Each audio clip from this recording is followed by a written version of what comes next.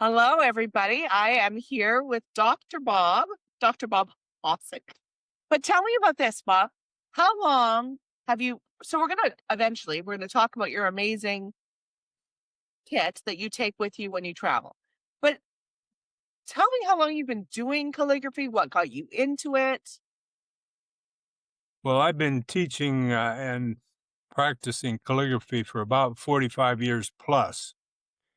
And several years ago, I was fortunate enough to take Reggie Ezel's class. Oh, And I'm each so class, jealous. well, so each class, he had what was known as with a sheet that you had always stuff. That's the stuff we had to bring to class each time.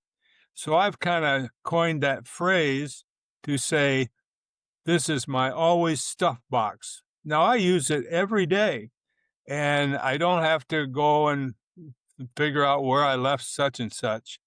And so I have this in different sections in a tackle box. Now the tackle box, I will show you here. Did that come up? I can still see your wonderful face. Yes, We're gonna switch it to the. Are we gonna switch to the document camera now so we can? yes, yes. Perfect. Do I have to do that or do you do it? You have to do that. I can't control that. Yes, let's switch to the document camera.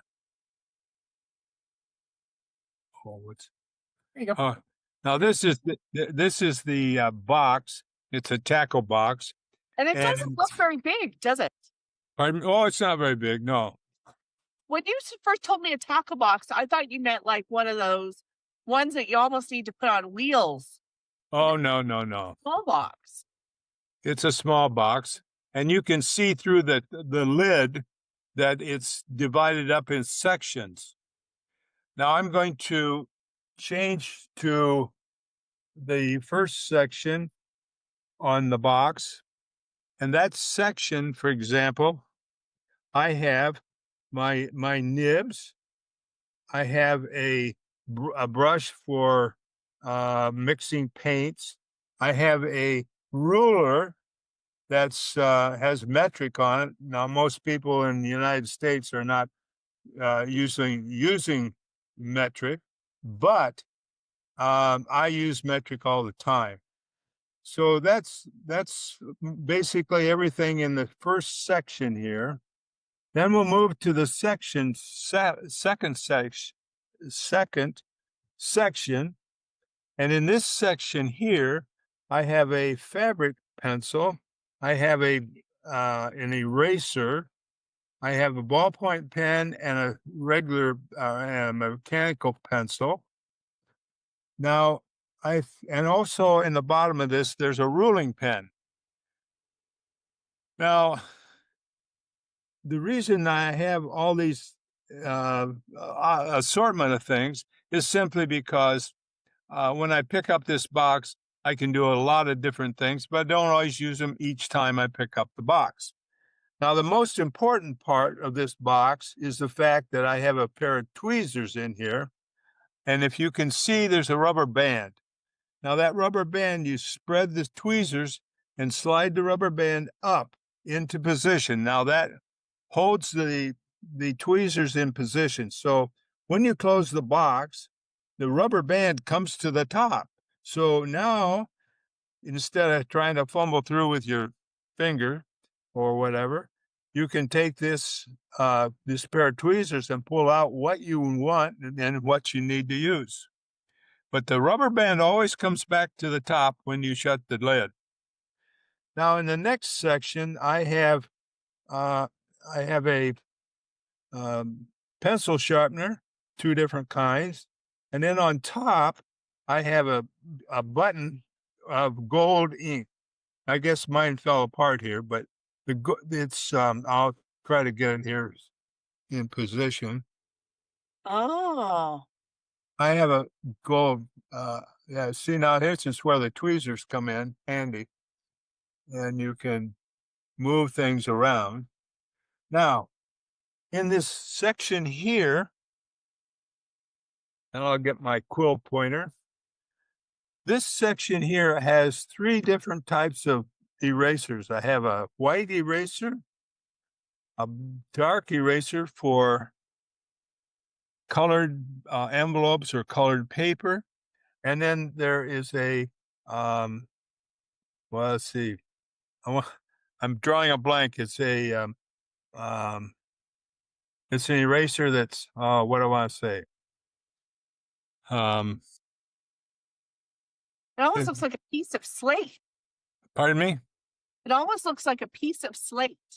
No, you mean this eraser? Yeah. It's a moldable. What do I can't think of the name of it right offhand. It's um ah, it's a moldable eraser. What do I want? What do I want to say? Um, it's used in watercolor where you pick up the graphite and you can roll it out like and you want in painting you get rid of the graphite so you when you paint over it you can cover up those the pencil marks easier. Going to the next section, I have in here a little scratcher. It's I'm going to pick that scratcher out.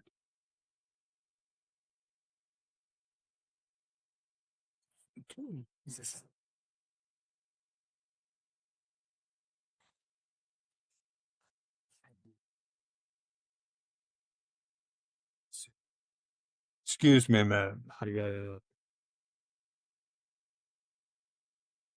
Um, okay, I'm sorry.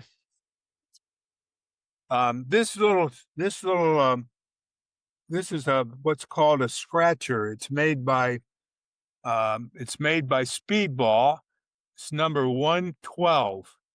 And that it's designed for a pen holder, but I've shortened it up because it's a lot easier to use it. I just took a stick and put some tape around it, and you can use that to make corrections. This little white stone here is a very fine ceramic stone, and I used to teach sharpening of instruments, and I used that. Well, the stone is about 3 or 4 inches long, and I just put it in the vise, broke it in half. But you can use a very fine sandpaper, like 400 or 800 grit, and it's just there in case you have a little burr on your nib, and that kind of can get rid of that little part there. Oh, and this also I have in here. I have extra lids, extra leads for the fabric pencil. Okay. Now, But what go ahead. I'm sorry. does fabric pencil do? Pardon me.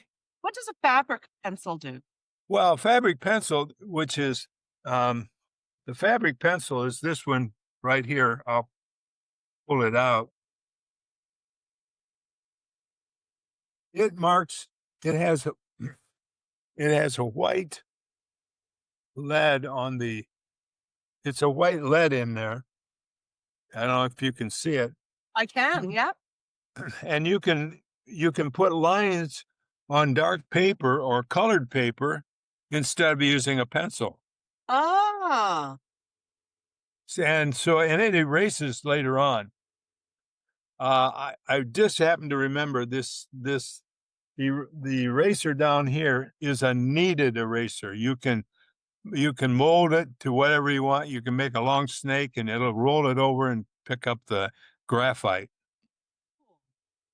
Now, in my last section over here, now this is going to be kind of crazy because I have a nut and a bolt.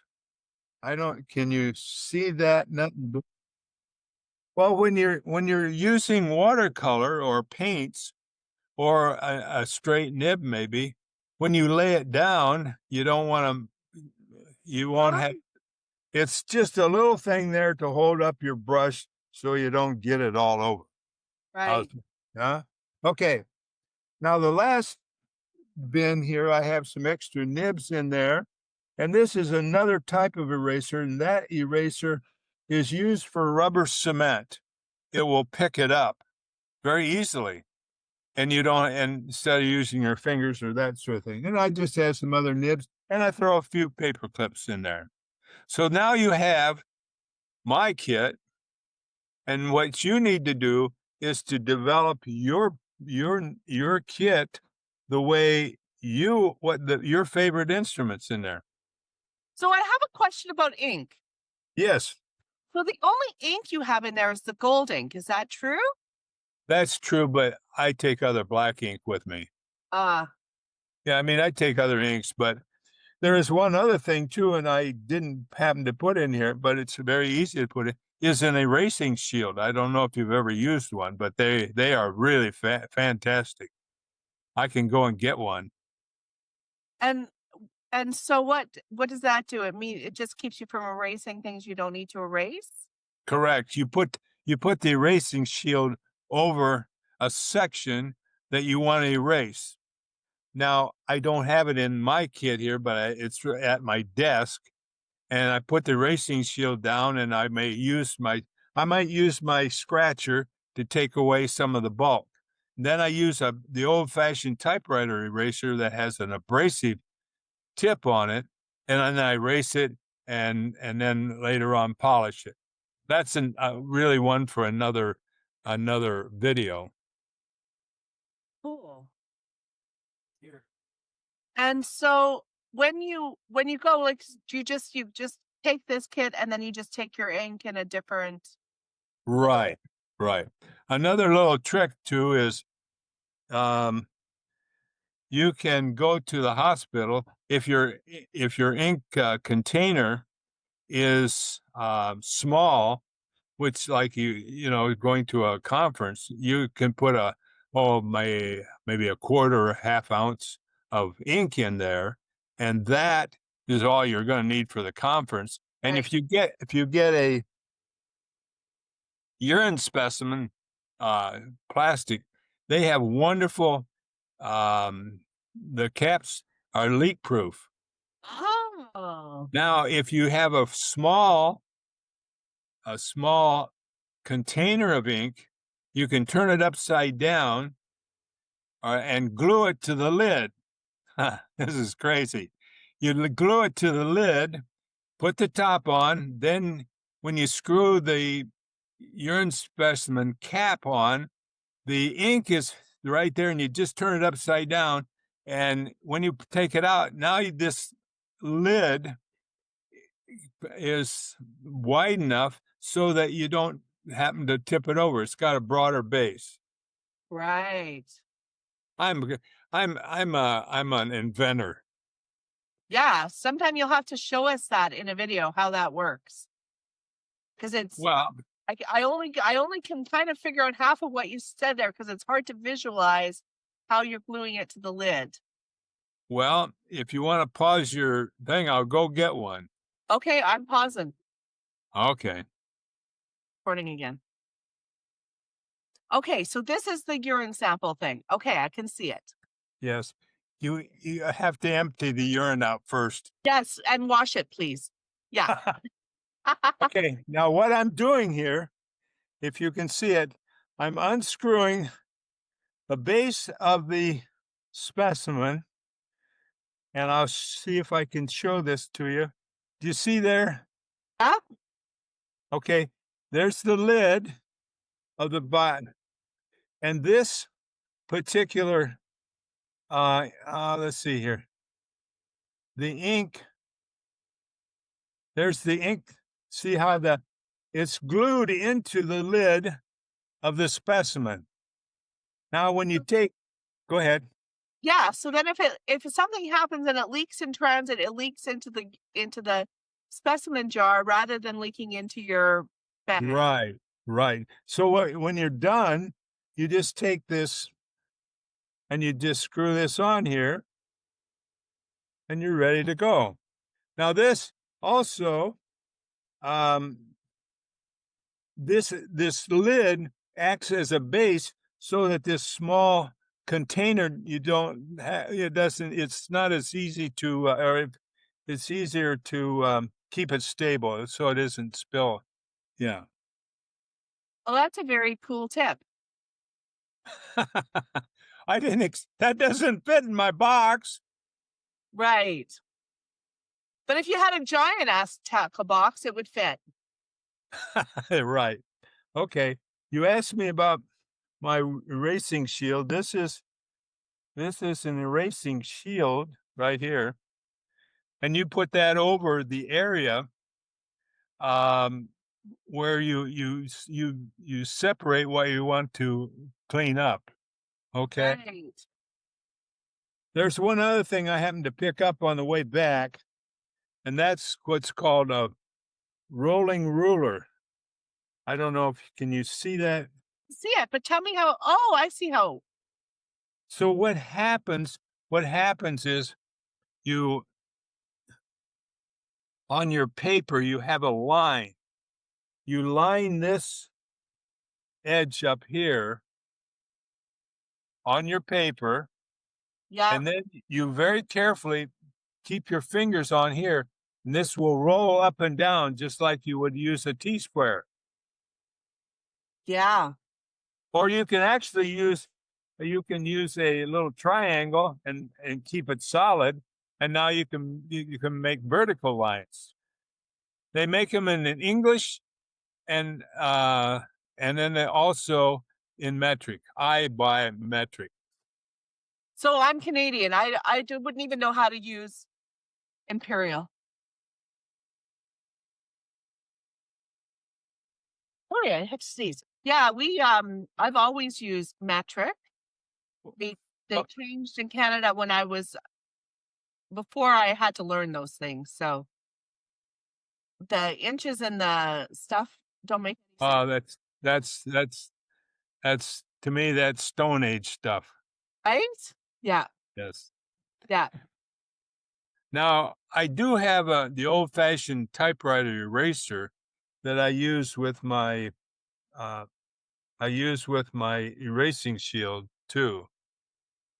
Because it's Better. a pointed yeah, I'm sorry. It's a pointed eraser, but it's very quite abrasive. Right. And do you find that damages the paper when you're doing things? Yes. And then what you have to do is to take an envelope with the plastic window, lay it over, and then you can take a polished rock or a burnisher and burnish those fibers down. Oh, It won't be as nice as well, you can use a burnisher, but you can see the burnish marks on the paper. right. Another thing that you can do is take a burnisher, for example, and or like a bone file and go across the paper and put in lines that you don't have, and the lines will always be there. Yeah, so if you're like, especially if you're doing something where precision is everything, you still need to kind of have some lines some of the time, right? Right, right, right, right. So that's my always stuffed box. Love it. Love it.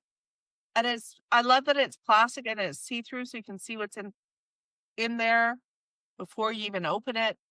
There's a lot of great things about that box. So that's about my story at this point.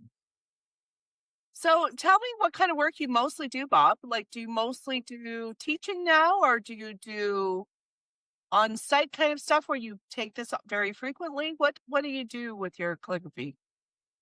Well, I'm primarily pointed pen, Yeah, but I also like to go back and do the old scripts. yeah. For example, I just finished a bookmark from the 1880 Wycliffe Bible. And the English was, it took me probably 6 months to figure out how to write the word prayer, but spelled R P R E I E R. Oh, So anyway, it's the Lord's Prayer on it, and I copied some of the um, along the along the edge. I took some of um, the illustration from the Bible and put that in there too. oh, that would be beautiful. I can go and get one and put it on here. I'd love to see it. Pause. I'm going to pause it and then yeah, I'd love to see it. I'm ready. Oh, One thing, Jill, I went and got my the old-fashioned typewriter eraser, and you can see that it's sharp on, or like a pencil on the end. That's what I can use my uh, pencil sharpener to sharpen that. you And know, I think my dad still has one of those. I'm going to yeah, steal next time I'm there. the this here is my, I don't know, how we doing there? There, I guess. Yeah, turn it the other way.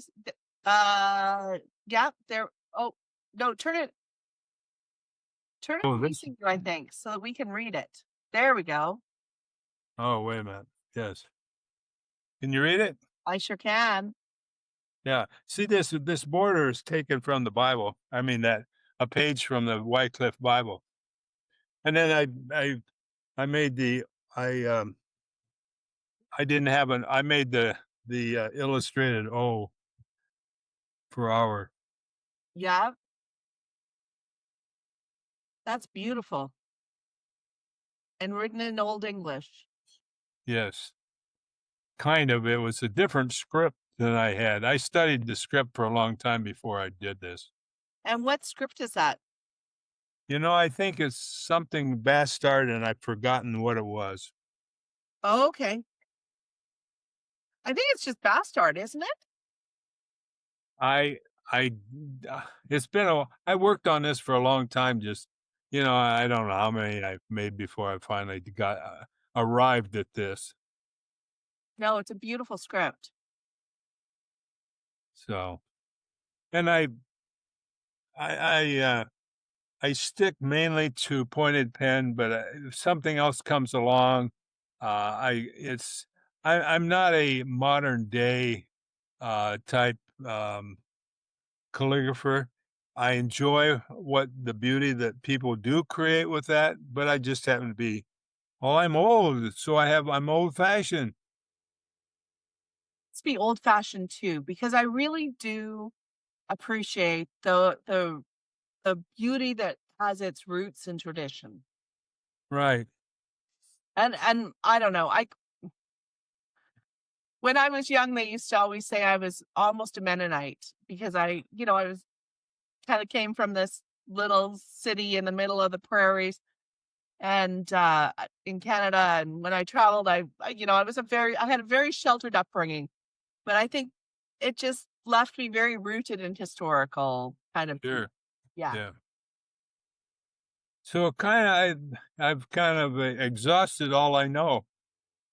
Well, I doubt that very much, but this was a great little um tip. So tell me when you put what kind of nibs do you keep in there? Do you keep a wide variety or do you just travel only with your pointed nibs?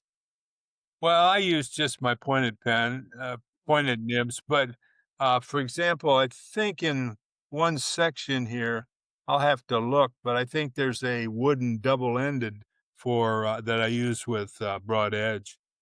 Yeah. And here's something I would love to like I'd love to do a video about. I don't know if maybe not today, but a time. I would love to do a video on how to sharpen a quill to use for calligraphy. Well, there's first of all, you have to get either goose or turkey quill, and if you find a turkey wing, for example, if you're right-handed, you use the left-handed left wing, and vice versa, because of the curvature of the quill. Yeah.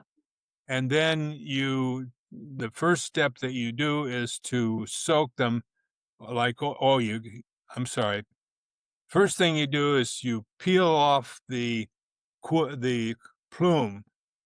Then you, soak them overnight in water, and then you have to go up um, with a hook that they use in crocheting and pull out the membrane that's in the middle. Hmm. Then you have to take the quill and you have to plunge it into hot sand, Oh, and that cures it. Then you have to after you do that, you got to, you have to carve it out like a nib, and you can, and then you put the slit in there. But if you want to make, like, say you wanna have a goose quill and you wanna make it wider, then you have what's called a hook. It's a nibbing hook or something like that, and you put that in there flat so it makes instead of it being round, you'll have a flat surface, and then the rest is round. Does that make sense? It's I'd really love to watch somebody do it. Um, it just it just really interests me. I don't know. I guess I didn't know that about turkey nibs. Where I am, we have a lot of Canadian geese, so there's always a lot of feathers around, but you can't just use any feather? well, you can use any feather. You could even use croquill, but they're very fine.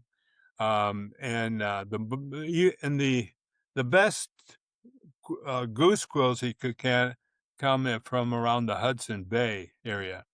But anyway, any of them will work. But the other thing too is that if you get a wing, and you want to pull the feathers out, good luck. You better put it outside in your shed and leave it through the winter, and the bugs will eat off all the flesh. And it falls apart. Oh, I was just hoping I could just find one that had already fallen off. I don't really wanna deal with goose flesh. Well, the other thing you must remember as you want to, oh, I didn't mention this, 10% bleach water, and you wipe all those quills off, and then you wash your hands well because of diseases on the feather. Right. That's that makes sense because yeah. Yeah, yeah. Well, awesome, Bob. This has been great. Anything else any other little bits of wisdom you wanna throw at us before we wind this up? Well, I can't think of anything, but, this I was I'm just this is just off the cuff, and, I don't know if it's how, professional it is, but it was just off the cuff. Here's the thing, it's all about the information and less about, trying to turn it into something it's not. All about the information. Good, good. This has been great information. I particularly love the ink tip.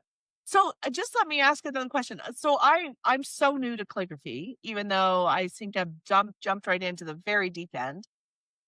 When you travel, like, do you use ink sticks when you travel so they don't leak as much, like a solid ink, or do you prefer wet inks? Well, I take wet ink, but I wanna say this, when you take it on an airplane, put it in your purse Oh, because if you leave it in the hold of the plane, then you have a difference in pressure, and it'll drive the ink out of there. I oh, mean, I don't know, that's my take on it, but boy, I've seen a lot of people who have taken on a plane, and then they get to their destination, and it's all over their paper or their plastic bag that it was in. right. Another little trick you can use to, keep if you do not have a good seal on your, ink bottle, you can take a, plastic bag and put that over the opening of the ink bottle and then screw it on and then take the excess, and that's a good seal. See, Yeah. you have to have a cap that has double rings on the inside. Yeah. Because once S that ink spills, it's Yeah, yeah. coming out. But, I think if you use my technique for, with the urine specimen, you shouldn't have any problems. In fact, if you're really safe, if you're putting it in your purse, put it in a plastic bag. Yeah. Yeah. You can't be over you can't be too safe. Right? Yeah. I just wonder what they'll say to me at my no local lab when I come in and I ask them for a whole bunch of urine specimen jars. Well, and really, you say, "Do you mind if I have a couple of these?" And they'll give them to you. They don't care. Don't care. Awesome. Well, thank you again, Bob. I'm gonna post this up for everybody to find it, and I'll tag you in your socials. I think I saw you on Instagram, so I'll make sure it's connected to your Instagram so people can watch it, and then they have a little bit more access to information, which is never a bad thing. Well, thank you for having me. Anytime. I look forward to having you again sometime. Maybe next time you have something to share with me, you just call me and we'll do this again. Okay, well, I'm open to that. Okay, perfect. I'm going to pause the recording now